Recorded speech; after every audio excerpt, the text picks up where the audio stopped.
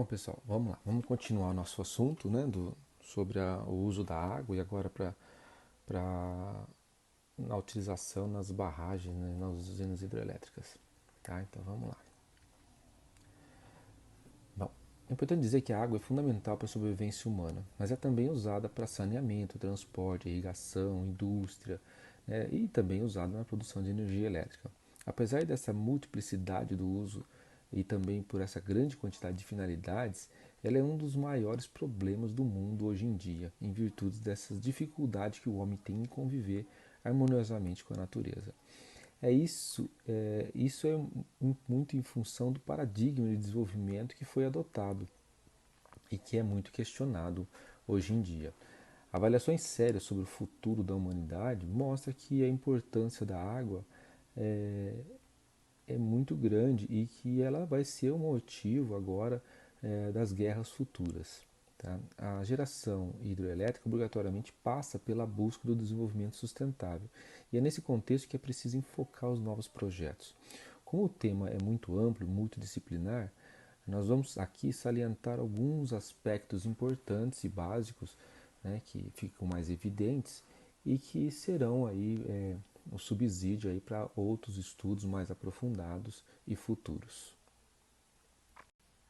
Bom, inicialmente, embora o planejamento da produção de energia elétrica devesse estar contido aí nesse contexto de múltiplo uso das águas, não é o que tem ocorrido normalmente. No Brasil, as distorções entre projetos de geração hidrelétrica e os outros usos da água são históricos e têm grande amparo na instituição legal, grande amparo na legislação. Tá? A legislação, mais recentemente, vem sofrendo aperfeiçoamentos na tentativa de modificar a situação. Né? A gente pode citar aí, por exemplo, os estudos de impacto ambiental, que é o EIA, os relatórios de impacto no meio ambiente, que é o RIMA, tá? Os comitês das bacias hidrográficas, né, que já estão funcionando em alguns estados brasileiros, e por fim a criação da Agência Nacional das Águas, o ANA, né, que tem grande atuação nessa área. É importante apresentar as seguintes considerações aí de ordem geral. Né? A questão das águas sempre passa por assuntos burocráticos, por pressões de interesses, muitas vezes contrários, né? E passa por problemas de sustentação econômica. Outros assuntos também são importantes, como a insuficiência de pessoal e de recursos nos órgãos e instituições encarregados do licenciamento, na fiscalização e no acompanhamento dessas obras. Grandes equívocos já foram consequência desse cenário. Por exemplo, podemos citar que hoje pode ser reconhecidas diversas situações em que o aproveitamento hidrelétrico não pode ser pleno em razão das restrições ambientais do uso da água surgido ao longo do tempo e desconsideradas no projeto.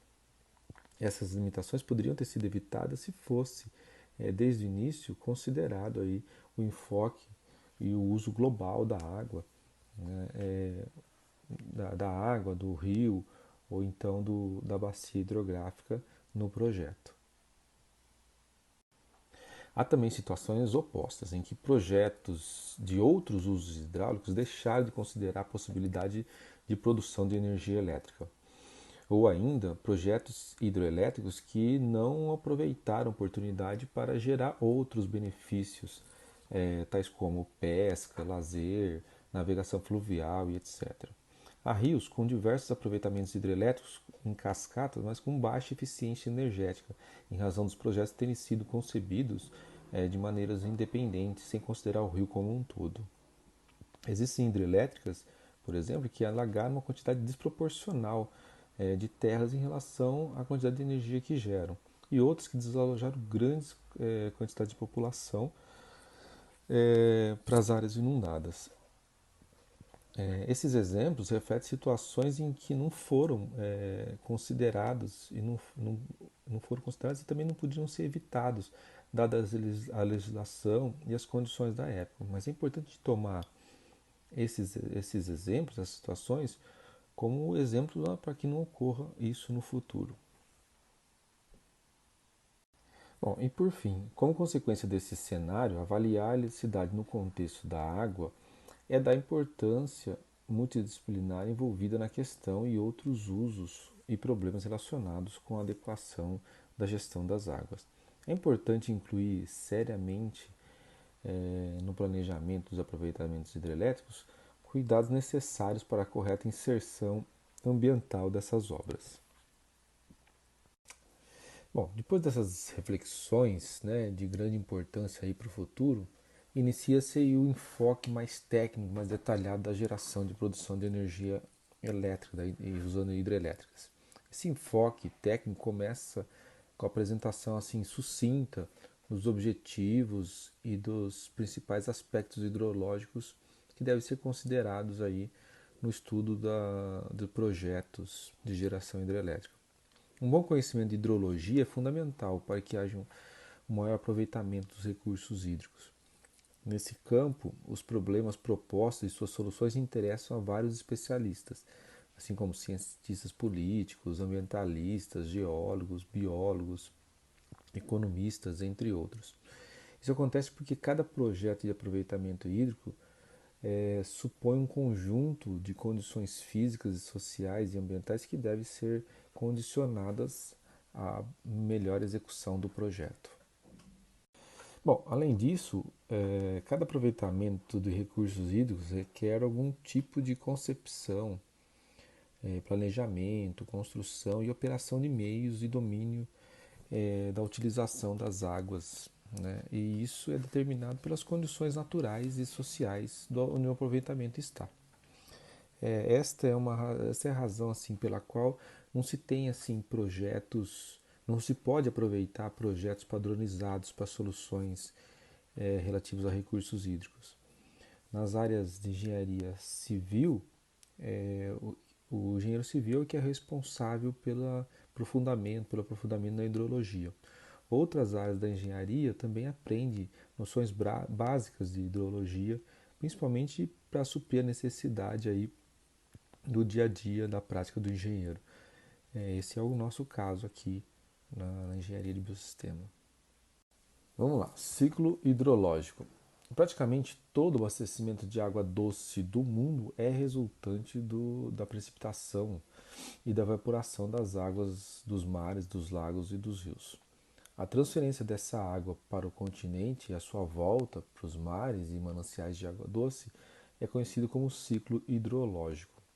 Cerca de 2/3 da precipitação que atinge a superfície do solo são devolvidas à atmosfera por evaporação a partir da superfície das águas, do solo e também da vegetação, né, e da transpiração vegetal. O resto volta aos mares via subsuperficiais, superficiais ou mesmo subterrâneas. Na figura a gente tem um desenho esquemático do ciclo hidrológico feito de maneira simplificada. Bom, a hidrologia dedica-se a estudar a velocidade com que a água passa por diversas fases desse ciclo e as variações das velocidades em função do tempo e do espaço. Esse estudo é a base, né, e fornece os dados necessários para os projetos, para que sejam feitos os projetos de aproveitamento dos recursos hídricos. Vamos lá. Conceito de bacia hidrográfica. Bacia hidrográfica de um curso d'água é a área da superfície do solo capaz de coletar a água da precipitação meteorológica e conduzi-la aí ao curso d'água. A sua determinação é feita por meio de cartas topográficas, curvas de nível e identificação dos espigões. Para a determinação da bacia hidrográfica, deve ser considerado sempre áreas a montante do local onde se analisa o aproveitamento. A superfície obtida é também denominada área de drenagem. Existem vários fatores ligados à bacia hidrográfica que condicionam o fluxo da água na seção desejada. Dentro desses fatores, a gente pode citar aí a área da bacia hidrográfica, a topografia da bacia e as suas declividades e depressões, a superfície do solo e as condições geológicas, né? Então, na superfície tem o tipo de vegetação, o tipo de cultivo, e nas condições geológicas, os tipos de rocha, tipo de camadas de rochas geológicas. E outras obras de controle de uso da água montante, né, que são feitas para irrigação, para retificação do curso d'água e para execução de barragens. Em uma visão mais simples, a hidrologia de um rio é formada por toda a área de terra que conduz as precipitações a esse mesmo rio e aos seus afluentes também, né? É importante notar que se pode definir qualquer rio como sendo bacia hidrográfica, sendo ela menor conforme menos água tiver e afluentes tiver o rio considerado. Seção de vazão, ou seja, o volume de água que passa uma seção reta do rio por unidade de tempo. Essa variável normalmente é medida em metros cúbicos por segundo e em conjunto com as quedas d'água disponíveis na seção do rio aí determina aí a potência elétrica que está sendo disponível naquele ponto. Dentre os métodos mais conhecidos para a medição de vazão, a gente tem o método dos flutuadores e o método do molinete, né? Ambos baseados na medição da velocidade de escoamento principal do rio. Um outro equipamento para medição de vazão que agora começa a ser utilizado são os medidores acústicos. Esses medidores são conhecidos como perfiladores de corrente por efeito Doppler, né, ADCP, e apresentam diversas vantagens. Dentre elas, a gente pode citar aí a celeridade na realização das medições, a maior discretização, ele consegue fatiar mais a seção reta transversal do rio para medição em vários pontos, né, e maior velocidade na medição. Os dados são mais precisos e para obter esses dados basta um barco em movimento com o equipamento submerso na água.